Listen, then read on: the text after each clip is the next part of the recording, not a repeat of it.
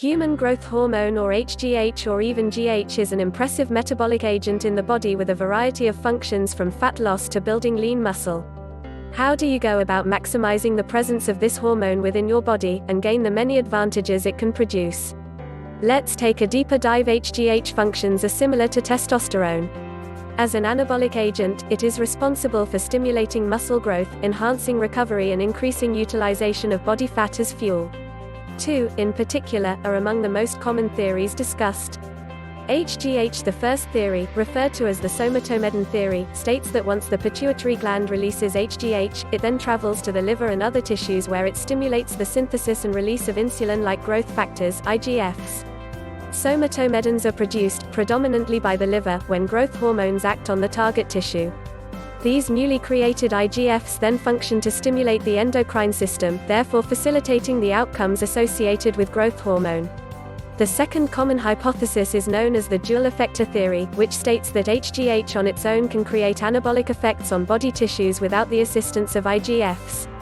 Both of these theories are interesting but don't lend themselves to a practical application concerning improving HGH production in your body.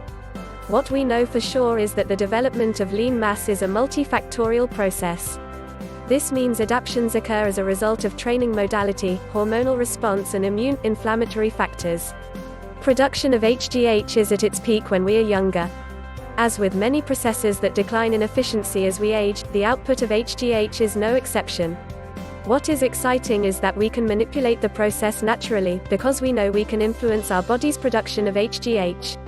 As I have previously written, various factors that impact the body's production of HGH include overall health, diet, activity level, weight training, sleep patterns, consumption of alcohol, prescription drugs and the use of illicit drugs.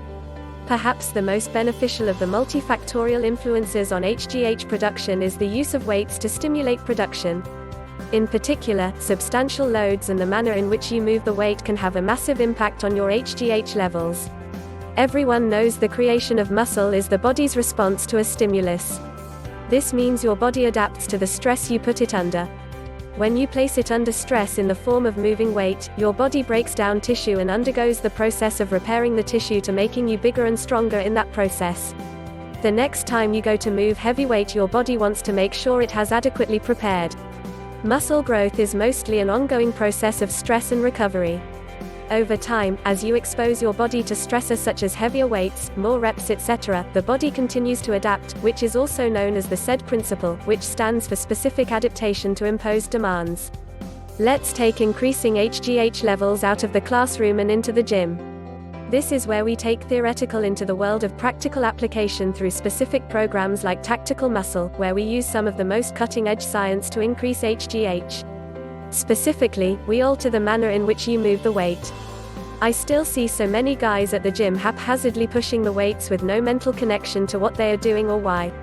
If you are only training with light weights and putting minimal stress on the body, it requires no real recovery response because you are not pushing beyond what is necessary to stimulate growth processes.